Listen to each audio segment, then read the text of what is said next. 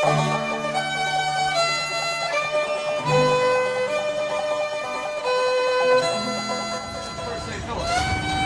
one burned out in the fire. Back in 17, big drop. On fires back then in the old colonies.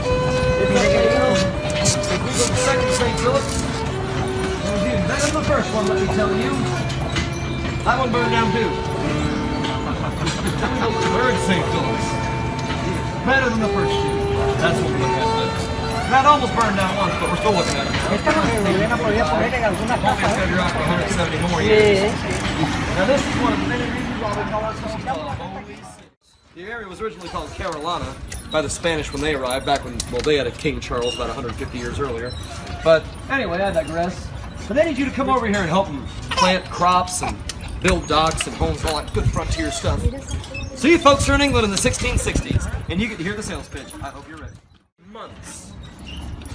Now, if you survive that voyage, eating rotten biscuits, probably getting a case of scurvy along the way, hopefully you don't go mad with sunstroke and start drinking the water out of the ocean. Congratulations! Your reward is the New World. Isn't it nice? It's all pristine, wooded over, there's no strip malls, no Starbucks, it's real sweet. But, remember I asked you to bring your gun? Well, there's going to be some hostile French folks coming out of Canada. They're trying to kill the whole lot of you. There's going to be some hostile Spanish folks coming out of Florida. They're going to be trying to kill the whole lot of you. And then there's going to be some hostile natives. Not all of them, but some of them. So during much, your intestines are coming out your backside. That happened back then. Did I also mention that it's really, really hot there? It's like Africa hot. It's ridiculous. You never experienced anything like this in your life. Hot, humid, and there's bugs everywhere. If you like insects, this is your place. So who's coming with me? Who's going to help us build up this colony? You will, miss? All right, we got a gamer back there. Well, unfortunately, not a lot of people wanted to come over here. I mean, really, would you? I know you're a gamer. I would too. Heck, why not? It's adventure. But what's on board? I'm it. Well, hi there. Hello, friend. It's lonely, isn't it? It is. It's lonely. We're not allowed here. We're not? We're not allowed here. Oh my gosh. Now, yeah, that happens. Why not? Well, you see, as Catholics, you could be a French or Spanish spy. You are not to be trusted, you papists. So, yeah, you guys just lost your tour guide and a couple of ladies on the carriage, because Catholics were not allowed here. I know I said we have freedom here, but it was an ABC kind of freedom. That means anybody but Catholics. There wasn't even a Catholic service in this city until the year 1786, 116 years after Europeans arrived. There's only one church, only one Roman Catholic church. Yeah, that was it. St. Mary's, which St. Mary's. Yes, ma'am. St. Mary's, which was, I mean, we didn't have an actual church building for the congregation until 1802. Entire southeastern United States. There's nothing but a bunch of little wide spots in the road, maybe a couple hundred people every 15, 20 miles, and then Miami. That was this city during the 1700s. A lot of people think of any kind of Southern Golden Age as being before the Civil War, when Cotton's king and all that good stuff. Charleston's true Golden Age was in the 1700s, before we were even America. That was our true Golden Age. This was the wealthiest city in all of America when we became America. Because this place exported rice, indigo, deer skins, and eventually cotton as well. And all these things have something very important in common. They're all non-perishable goods. So that meant that our stuff could be sitting on a ship for months and months and not go bad. So as early as the 1730s, our goods are as far away as China. Anything that came into the Deep South had to come through here. So we didn't just make money off of our own exports, we made money off of just being a port. And right here is a monument to our colonial prosperity. The Exchange Building in Provost County. This was completed in 1772. The ground floor would have been for revenue collections, determining prices of commodities coming and going out of the harbor. And now that's going to be demolished. All this, which was once the bustling waterfront in the 1700s, has all become a slum. Flop houses, houses of negotiated companionship all over the place. My goodness, Rip, what happened to all your money? Well, cut it out. Well, you know, Civil War tends to wreck your economy, especially when you have to start, you know, like paying your labor. That. Not endorsing it for our northern friends, by the way. Not endorsing slavery. But all that rice that we grew, that was in such high demand, well, that was put to a stop after 1911, when a hurricane came through here and struck at high tide. The storm surge pushed salt water so far inland it salted all those low-lying areas. Now, but before George Williams even built that bank up there on the corner. This here is the longest stretch of pre-revolutionary buildings in the entire country. Everything to your right predates 1775. Now, at the same time that the Exchange Building was saved by the DAR, this area here was bought up by the Preservation Society that was formed in 1921. 1750 or so, this city was inside of a wall. It was built like a fortress. And they only had about 62 acres to play with inside of that wall. So that's why in the oldest parts of the city, you'll see all these properties with all these adjoining walls right next to each other like this. And you see this brick slash going through the cobblestone road here. That would have been one of the redams of the original wall that went around the city. Beyond that would have been the river. Well, look at all that land that we found. Boy, we're good at that, aren't we? Boy, we're good at finding land. Coming from? Born in Cuba, raised in Venezuela, American citizens living in Miami now. Second child. Next stop, China. Okay, all right. Let's just go straight up. Why not? All right, and you too, sir? I'm from live in Goose Creek now, but I grew up on Ben's Island. Me too. All right. They go off the road because this all would have been the river right here. That's why you see signs that say Vanderhorst Wharf or Boyce's Wharf or something like that. These were all the old wharves and docks that used to poke out into the river, and now they're just streets, pretty much. Anybody got any questions about anything? We're about to get into a lot of ooh and ah stuff down here on the water.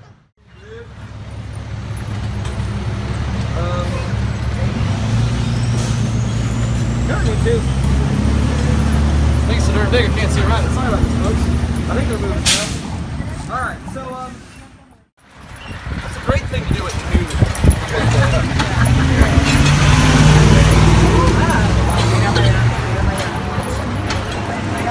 Well, he's clearly late for work since there's nothing but houses down here. Anyway, sorry about that. But as you see, we're coming up on here. Beautiful. We're going to start sloping downward. And we are now hitting what would have been the water in 1670 when Europeans initially arrived. Because, see, those English colonists, when they arrived here, they didn't settle on this peninsula because they felt it was too open. It was like nasty stuff I was telling you about earlier. And the Europeans noticed the natives weren't getting sick like they were, so they asked them what they could do to solve the problem. And they encouraged them to come down to this peninsula, which they called Chicora, which meant land of the healing breezes in the native Kiowa tongue. So, by 1680, they moved the city down here. That's where I was raised. That's God's country out there. Well, not really. I mean, it's just a blend of rednecks and yuppies, kind of like any southern suburb, really. But anyway. And then out there in the middle, that little single-layer birthday cake you see there, with the sun shining on it, that is Fort Sumter. That is where the Civil War began, 154 years ago, and well, almost 2 months, 154 years and 2 months ago. Yep, that's it right there. That is where it all began. Now, And the first victory for the South. well, yeah, and not a single person died. No one died during the bombardment of Fort Sumter. 36 hours, because that fort out there is just, it's a huge sandbar that they built up. After the War of 1812, well, we've all heard the story of the Star-Spangled Banner and whatnot, and Fort McHenry, where the Star-Spangled Banner was inspired, was a fort that had been built up on a sandbar in a harbor to protect Baltimore. This home with the green shutters and the white columns here, this is the William Roper House. Now, the Ropers made their money in shipping, and you can tell that because when you look around the front door, you see rope on the trim around the front door. Now, the more rope that you see, or the thicker the rope, the more ships someone had in their fleet, or the bigger the ships were in their fleet. That's a pretty thick rope right there. Now, see these columns here, these massive columns, these ionic columns here. On a sunny day like today, you can see those columns for miles and miles out in the ocean. You notice how this house does not line up with its own front fence. And the house also does not line up with the other houses that are on the block. It's sitting askew just slightly. That's because the Ropers built their home to be a navigational aid. The city didn't want to build a lighthouse or any kind of, you know, navigation point of any sort for any kind of sailors coming in, because they wanted people to be impressed by all of our houses. The thing any southerner wants to be remotely associated with is New York City. I know this because I don't have much of an accent. And people say, boy, you sound like you're from New York or something. Because there's nothing outside the South besides New York, of course. There is no Ohio, there's no Los Angeles, there's no Chicago, none of that. It's all just New York, that's all that's there, right? Oh, boys. Simple times, simple minds. No money. This does. They just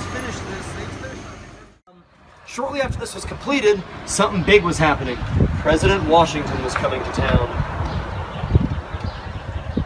Well, I actually misspoke completely, because the William Washington House is sitting right next door. I'm way off my good way. The William Washington House is right next door, and President Roosevelt is coming to town. Excuse me.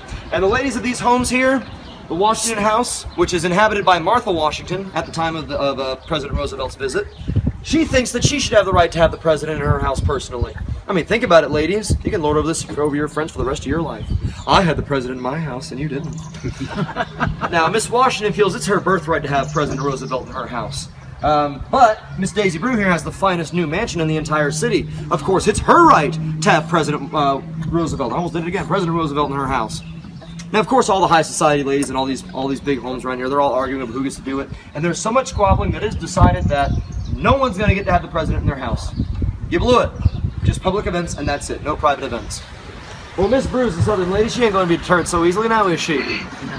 She showed outside the president's final event of the day and offered him a ride back to his hotel in her carriage.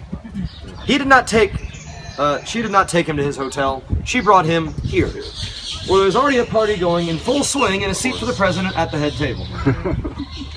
Now, Miss Brew was a proper Southern lady. She was going to remember her neighbor, Miss Martha Washington, who wanted to come and see the president so badly. But she sticks Miss Washington way back in the corner where the president's not going to see or hear her one bit. But to paraphrase my mother's favorite movie, nobody puts Martha Washington in a corner.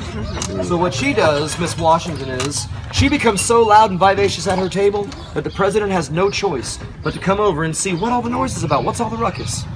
And he finds Miss Washington and her friends so charming and so entertaining that he hangs out with them for the rest of the night and completely ignores the woman that kidnapped him in the first place. What an ingrate.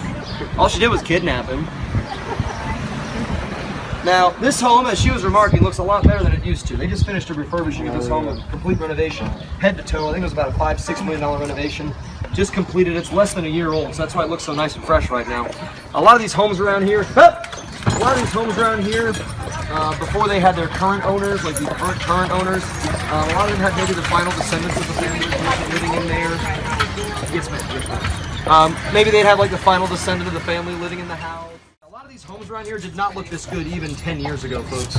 You were here during a very special time when we look about as good as we did when we were during our glory period, pretty much. Now, this home on the corner here is for sale. Anybody want to take a guess at the price? Got your checkbook ready? 4.5. 5.5. They marked it down from 6, but I bet if you had 5 cash, they'd take it. Now that doesn't sound too bad until you think about all the things you have to do for a building in this city. You see, if you want to repaint anything on here, any of this wood, you've got to chip all that paint off by hand. You cannot use power stainers, chemical strippers. And even if you want to repaint all that white the same color, all that green the same color, you have to have an approval from the Board of Architectural Review. It's made up of local concerned citizens, the Historic Charleston Foundation, the Preservation Society. They all get together and they'll decide if you should be allowed to repaint your door frame white. Like this. It's how we stay looking so old. Because everybody wants to look young, right? Everybody wants to look young. Men taking their low T supplements, women smearing cream on the faces, whatever else. Everybody wants to be young. Well, here we want to be old, real old.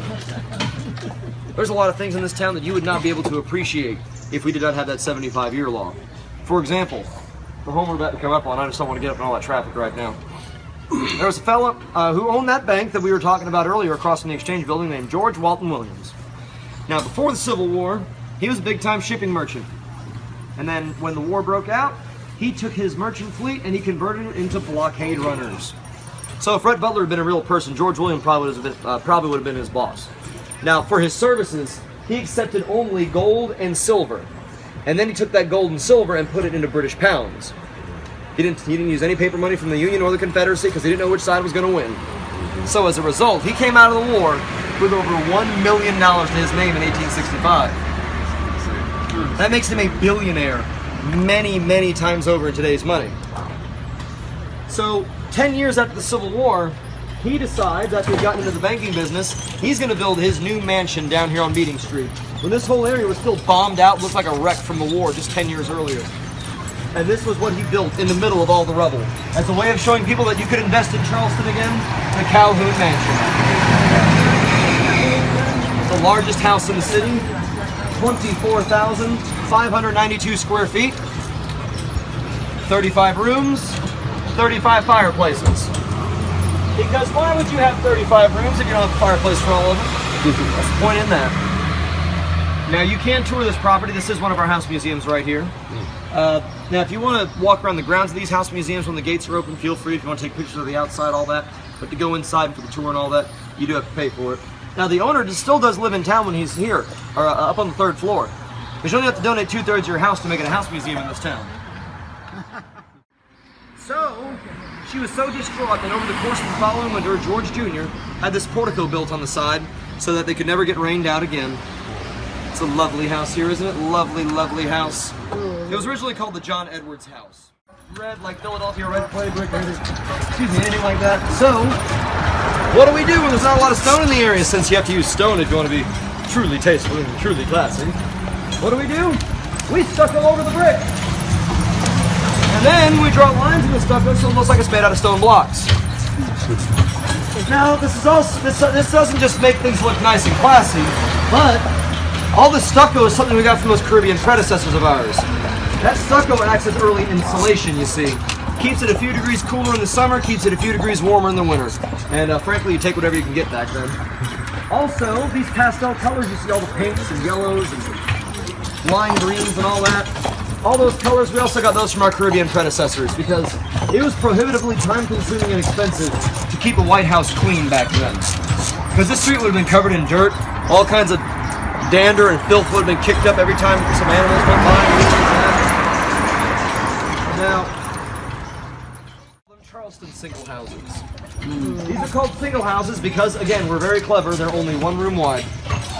Oh, if we call a house that's only 1 room wide a single house, what are you supposed to call a house that's 2 rooms wide? Somebody say double wide? Double wide? We don't have those around here. Well, not the downtown area. You go up North Charleston, you can see those. But, now, why would you build a house that's only 1 room wide? I mean, well, a lot of people think it was for tax purposes.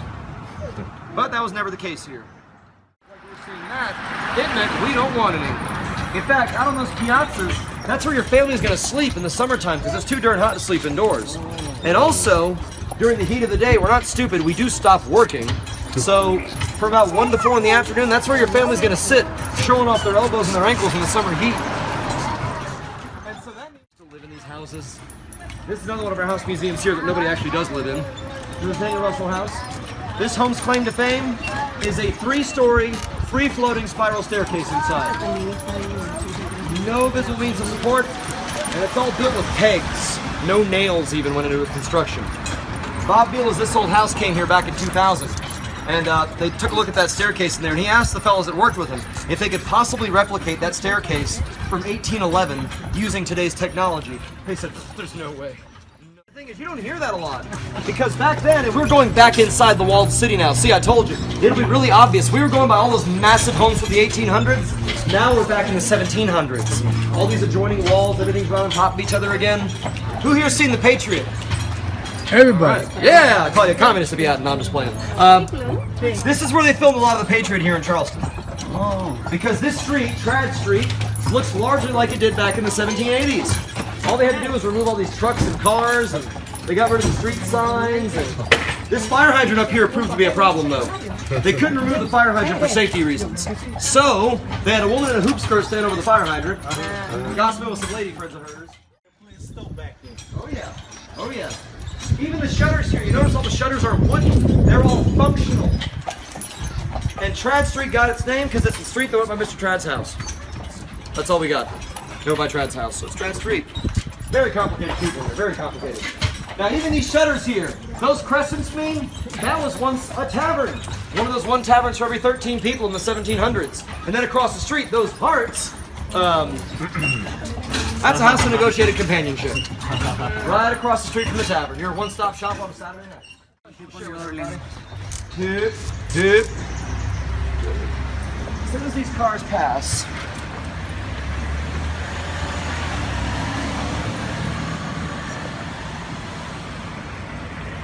hear anything? Clear out. You're in the middle of a city on a weekday, and I'm pretty sure it's still the lunch hour. Would you know it? Wow. In the middle of a city. What was This is the my question? favorite. That was just, would you believe that we're in a city right now? Oh, yeah. This is my favorite part of town, folks, Lower Church Street. This was it back then. And on our left here, I mentioned President Washington's visit earlier. This is where he stayed while he was in town. Hey, they got a new sign. Cool. The Hayward Washington House. This is the home of Thomas Hayward Jr., one of the signers of the Declaration of Independence. And President Washington stayed here for about 10 days in 1791. That is our oldest house museum. That's been a house museum for almost 100 years now. Because you see, when we lost all of our rice and all of our cotton, we had to make money off of something. And it couldn't just be longshoremen and sailors looking for a good time. That's no way to build up a city. So what we realized was, because the period after the Civil War was so rough on us and we couldn't afford to build anything new, we could use all these homes from the 1730s and 1800s. Pretty rough on money. And then, 20 years after the war, just as we're starting to recover in 1885, there was a hurricane that strikes this area. That was essentially the worst hurricane of the entire 1800s. And it destroyed everything that we just rebuilt. But it's okay though, we still had some money. So we start to rebuild the city after that hurricane, right? Until a year after the hurricane, when the 7.3 magnitude earthquake strikes the city. Boy, what did you ever do to deserve this? So you run outside in a panic. You don't care that you're showing off your elbows and your ankles in your nightgown, because the earth is shaking, and you look to the west at just the right time, and you see a wall of earth approaching you like a ripple across a pond. It's about 3 feet high, moving about 70 miles an hour. Because this city just sits on top of sand and mud, there's no prolonged shaking. When that earthquake went off, it was just one blast that went out like that. So just one huge shockwave just roiled across the surface. It picks the whole city up and throws it right back down just as fast. Now, we had just rebuilt from the Civil War, and the fire, and the hurricane. So we got nothing left to rebuild. Now you may have noticed some of our wooden buildings, like this here, don't look like they're standing straight up and down, do they? Look like they're kind of leaning, like they've kind of settled into their position, you know? We call it the Charleston lean on our wooden buildings. Those predate 1886 because those were shored up with whatever they could find, pretty much. But the brick and mortar structures were a lot more than any kind of reconstruction indoors. So, what you're going to see here, and what you've seen all over town, these circles on the buildings, the lion's heads, stars, crosses, these things here, these are all earthquake bolts. These are rods or bolts. These run through the floorboards and ceilings of the buildings, and they meet at a turnbuckle in the middle. And what you do is, you tighten this outside about a quarter to a half a turn once a week or so. And over the course of 4 to 6 months, those bolts tighten up on that turnbuckle, and you bring your building back together and make it usable again. Now, did anybody tell me why this is more rigid now than when they were first built? So when there's another earthquake, they will shake themselves to pieces. They will disintegrate. So why don't you idiots take the bolts out? I mean, come on. Well, if we do, the buildings will implode on themselves. So we're kind of stuck. 99.9% of the buildings in this city you see with earthquake bolts on them still just have rods going through them. They have not been fixed to modern standards, anything. All right, well, this next story will make sense. So we're back here at St. Philip's, pretty much back at the beginnings of our tour. We're gonna go back to our beginnings for a fun little story. In 1682, the very first preacher here at St. Philip's, well, he got into the wine a little bit before his Sunday service. Of course, that wasn't that strange back then, as he kind of slurred and swayed and wobbled his way through his sermon, because in those early days of the colony, even though it was frowned upon, you drank in the pews during church. It wasn't the most fashionable thing to do, but, you know, it's like people were in bed in their slippers at Walmart. You know someone's going to do it. Now, so no one thinks anything is wrong as he kind of gets to his and got above. Now, about this point, they realized the preacher was plowed and he got terminated for his efforts. Now, a lot of us tour guides are history makers, myself included. We're very dubious about stories like this. I mean, that just sounds like a goofy story to be told tourists, right? I mean, prove it. Come on. Oh, Charleston, you see their archives? They pulled out a copy of that man's letter of termination from 1682. He had been fired for the grave offense of baptizing a wild animal before his entire congregation while intoxicated. In a nightclub, And the first thing that someone does is come out and hand you a drink, an adult beverage. Well, how'd they do that? Well, guys, I said you could not buy or sell alcohol in the city. You could still consume it, and you could still make it if you dare. Because doctors back then would prescribe whiskey for their patients. Not sure they thought it was going to help. Anyway, so he says, everybody, any minute now, blind tiger's going to be out here. Enjoy these drinks. Enjoy your drinks. Thank you for your patience. So some time goes by. Still no tiger coming out. Okay. And the man comes out a second time. Hands everyone another round of drinks. And says, folks, we're having some problems with the blind tiger right now. I think we might have to change the air filter on it, maybe fix the timing belt, we're not sure. But as soon as we get this tiger up and running, it's going to be the greatest show you've ever seen in your entire life. Enjoy your drinks, thank you for your patience. So some more time goes by, still no tiger. The fella comes out a third time and hands everyone another round of drinks. He says, folks, we are so sorry. The blind tiger is just not feeling it tonight. He's got a headache. But here's a drink for the road, guys. Come on back tomorrow night. We're going to try to do it again. For the record, and by the way, you can over-tighten the earthquake bolts. Take a look at Henry's here on the corner. The building is more narrow at the top than the bottom. Look at the windows on the second story. And they tilt in as they go up. Yeah, Henry's will be the first place to go when there's another earthquake. So you do you need. But feel free to enjoy the food there. It's a great place. And we're not due for another 300 years, guys. We're not due for another 300 years, so we should be good on that. If there is an earthquake before you guys leave, don't come and tell me I was wrong because I left. Now, we're pulling up to the barn here. We're pulling up the road. We're getting to hit and run's favorite part of the tour, that being the end.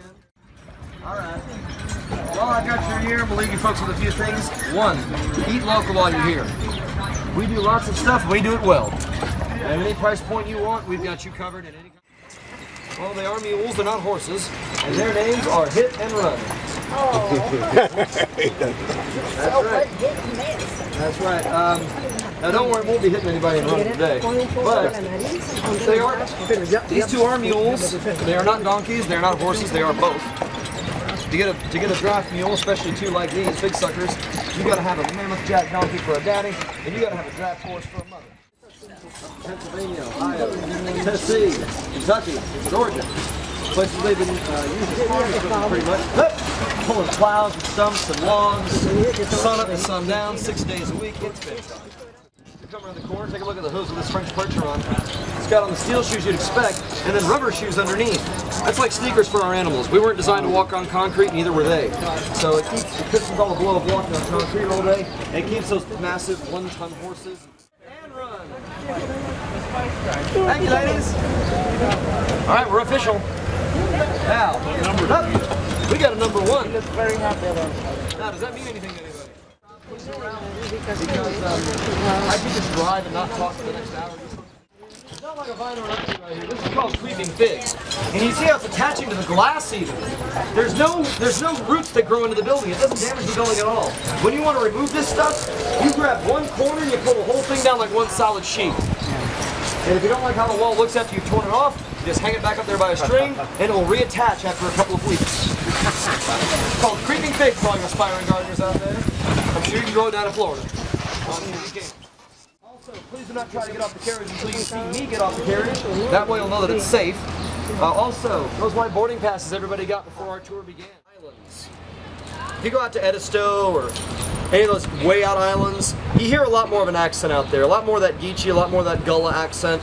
Where Gullah is probably our most well-known local dialect or local way of speaking. It's a Creole of African languages combined with English. And there's no actual Gullah alphabet. But other people speak that language? Yes, yes. I mean, you will meet people, black and white, down in those sea islands, who still speak just like that. But you may understand them if you actually sit there and slow them down, perhaps. But otherwise, it's a lot of blending of words together. It's very interesting. Oh, wait, here we go. Here's the exciting part, guys. Here's the exciting part. Come on, Miel. Up, up. Up. All right, we're here. All right.